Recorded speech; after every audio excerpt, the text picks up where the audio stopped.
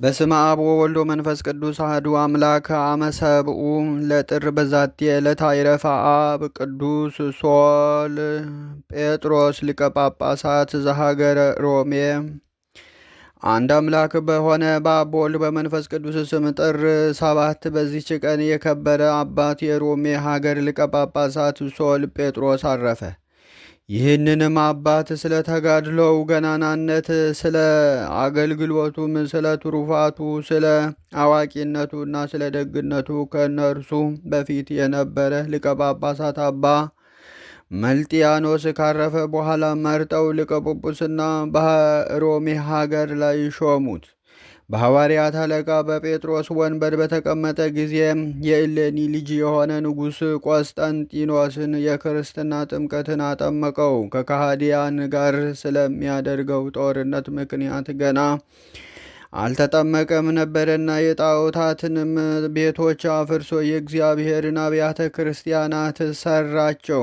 የዚህም አባት የሶል ጴጥሮስ ገድሉ እጅግ ብሩህ የሆነ ነው። እርሱ ሁል ጊዜ ሕዝቡን ያስተምራቸዋልና ከልቡናቸውም ከሰይጣን የሆነ ጥርጥርንና ክፉ ሐሳብን ያርቃል።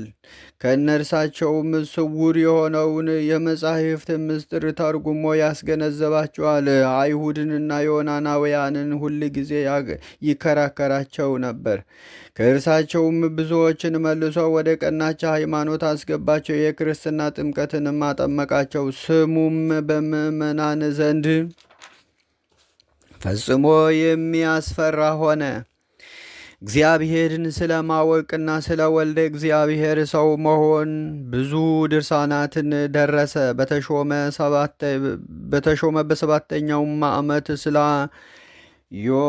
ስለ አርዮስ በኒቅያ ከተማ ሃይማኖታቸው የቀና የ318 የከበሩ አባቶች የአንድነት ስብሰባ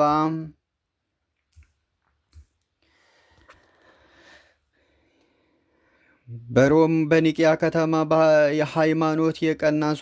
ሃይማኖታቸው የቀና የ318 የከበሩ አባቶች የአንድነት ስብሰባ ሆነ። ይህም አባ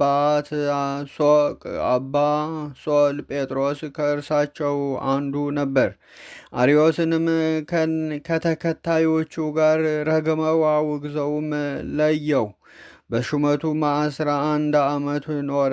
መልካም ተጋድሎውን ፈጽሞ እግዚአብሔርንም አገልግሎ በሰላም አረፈ። ለእግዚአብሔር ምስጋና ይሁን። እኛንም በዚህ አባት ጸሎት ይማረን። በረከቱም ከውሉደ ቤተ ክርስቲያን ቅድስ ጋር ለዘላለሙ ጸንታ ትኑር አሜን።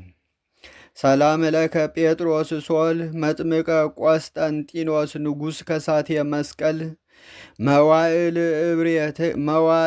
እብሬትከ ኮነ እብሬተ ርት ወሳህል እስመ ተቀጥቀጠ ዳጎን ወወድቀ ቤል በከመ ቀዳሜ ኢሳይያስ ይብል።